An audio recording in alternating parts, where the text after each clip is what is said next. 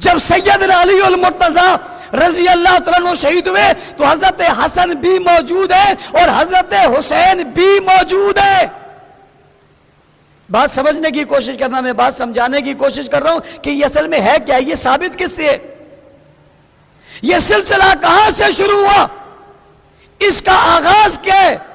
آج جس کی وجہ سے پورے ملک میں انتشار ہے، ہر گلی میں لڑائی ہے، کوئی کہتا ہے سبیل لگاؤ، کوئی کہتا ہے نہ لگاؤ، کوئی کہتا ہے نوحہ کہو، کوئی کہتا ہے نہ کہو، کوئی کہتا ہے فلاں جگہ سے نکلو، کوئی کہتا ہے فلاں جگہ سے نکلو. پھر اس آڑ میں، اس صورت میں تبرہ ہو رہا ہے، گالی دی جا رہی ہے، لڑائی پیدا ہو رہی ہے، فسق و فجور ہو رہا ہے، یہ سب کچھ ہو رہا ہے. بنیاد تو پکڑو کیا ہے. سب باتیں بعد میں، پہلے دیکھو یہ ہے کیا. حضرت علی المرتضیٰ شیر خدا رضی اللہ تعالیٰ عنہ جیسی شخصیت شہید ہو گئی، اور آپ کی شہادت کے بعد حضرت حسن بھی زندہ ہیں اور حضرت حسین بھی زندہ ہیں، اور جنازہ حضرت حسن رضی اللہ تعالیٰ عنہ نے پڑھایا. پوچھنا چاہتا ہوں، میرا سوال ہے، تشیع جوانوں سے سوال ہے، بڑوں سے نہیں، بڑے اہل نہیں ہیں. سوال یہ کہ شہادت علی المرتضیٰ کے بعد دوسرا رمضان جب آیا، 21 رمضان کا دن آیا، تو حضرت حسن نے کیا کیا اور حضرت حسین نے کیا، جو نے کیا وہی دین ہے. بتا دو. روڈ پہ نکلے، چوک پہ نکلے، بازار میں آئے، غم کا اظہار کیا، ماتم کیا، نوحہ پڑھا، قصیدہ پڑھا، کیا کیا؟ کچھ تو کیا ہوگا جو تاریخ نے اپنے سینے میں محفوظ کیا ہوگا. کھولو تاریخ کا سینہ، کھولو، لکھا ہوا پڑھ کر سناؤ کیا کیا تھا. حسن علی کو تو سب ماننے والے ہیں، حسن حسین کو بھی سب ماننے والے ہیں، تم بھی مان لو، ہم بھی مان لیتے ہیں، چلیں بات کریں. کیا کیا تھا؟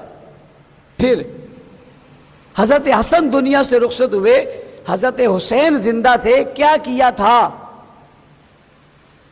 پھر حضرت حسین رضی اللہ تعالیٰ دنیا سے رخصت ہوئے اور اپنے قافلے سمیت، اپنے خاندان سمیت کٹ گئے، ذبح ہو گئے، قربان ہو گئے، مگر ڈٹے رہے.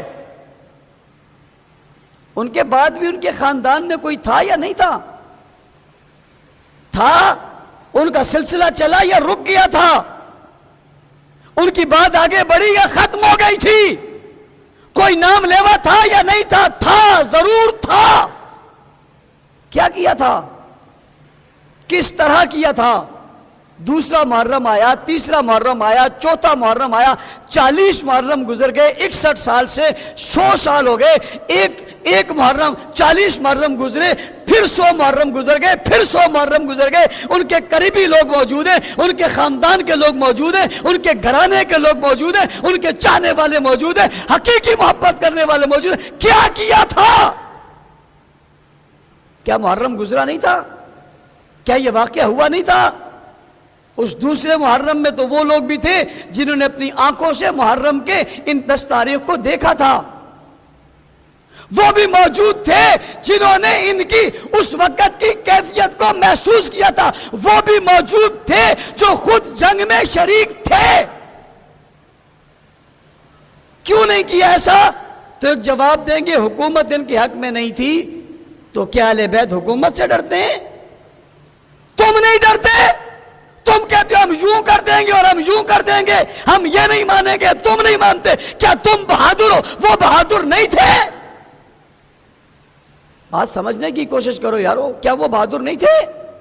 کیا وہ قوی نہیں تھے؟ وہ مومن نہیں تھے؟ ان کے اندر تقوی نہیں تھا؟ کیا چیز نہیں تھی جو تم میں ہے اور ان میں نہیں ہے؟ بتاؤ. بڑوں سے پوچھ کر ذرا بتاؤ کہ تم میں ایسی کون سی چیز آ گئی جو ان میں نہیں تھے؟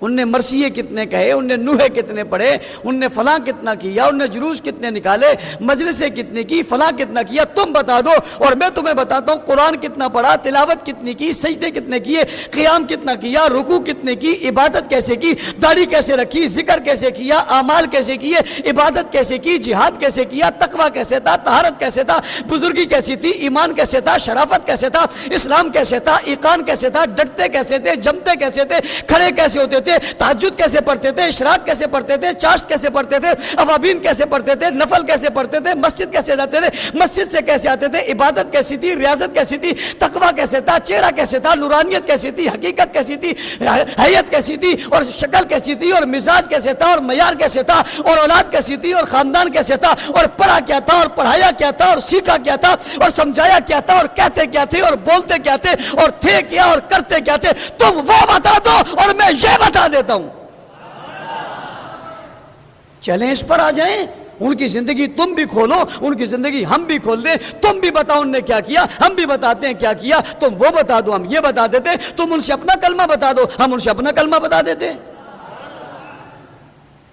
آؤ بتا دو, تم نمازیں 3 بتا دو, میں نمازیں 5 بتا دیتا ہوں, تم اذان اپنی بتا دو, میں اذان اپنی بتاتا ہوں, جو ثابت ہو جائے اسی کو مان لیتے. اس میں کوئی جھگڑے کی بات تو نہیں ہے. بڑوں پر کیوں نہیں آتے, گزرے ہوئے پر کیوں نہیں آتے, قریبیوں پر کیوں نہیں آتے, ساتھ چلنے والوں پر کیوں نہیں آتے, جو شریک تھے ان کی بات کیوں نہیں مانتے, ان کی کیوں مانتے ہو؟ اہل بیت سے محبت کرنے والوں, اہل بیت کی محبت تو ایمان کی علامت ہے. اہل بیت کی محبت ایمان کی علامت ہے. اور جس دل میں اہل بیت کی محبت نہیں ہے, میں سمجھتا ہوں اس دل میں ایمان کی علامت نہیں ہے. لیکن اہل بیت کی محبت کا طریقہ کیا ہے؟ جو انہوں نے کیا وہ ہم کریں, یہ طریقہ ہے. قُلْ إِن كُنْتُمْ تُحِبُّونَ اللَّهَ فَاتَّبِعُونِي. حضور سے صرف محبت کا دعویٰ مت پڑھو, فَاتَّبِعُونِي, کا تابعداری کرو میری, اتباع کرو میری, بات مانو میری, جو میں کہہ رہا ہوں اس کو سمجھو, جو میں کر رہا ہوں اس کو سمجھو. یہ کرو گے تو یحببکم اللہ, اللہ تب محبت کرے گا. بھئی رسول کی, اہل بیت کی, اصحاب کی, ازواج کی, بنات کی محبت تو ایمان کی علامت ہے اور حلاوت ہے. اور سب کچھ سمجھنے کے لیے انہیں دیکھنا پڑے گا, انہیں دیکھے بغیر دین کیسے سمجھ آئے گا؟ رسول اکرم صلی اللہ علیہ وسلم نے جو دین دیا وہ کن لوگوں کو دیا, وہ کون تھے؟ بھائی جو تھے انہی سے سمجھنا پڑے گا, کسی اور سے سمجھنا پڑے گا. جس نے دین لایا اور جس کو دیا, لانے والے نے کیا کیا اور لینے والے نے کیا کیا, شہید ہونے والے نے کیا کیا, شہید کے ساتھی نے کیا کیا, بابا کیا کر رہے اور بچہ کیا کر رہے, نانا کیا کر رہے اور نواسا کیا کر رہے, یہ سمجھنا پڑے گا یا نہیں؟ بھئی یہی تو سمجھنا پڑے گا, نانا نے کیا کہا اور نواسا نے کیا کہا.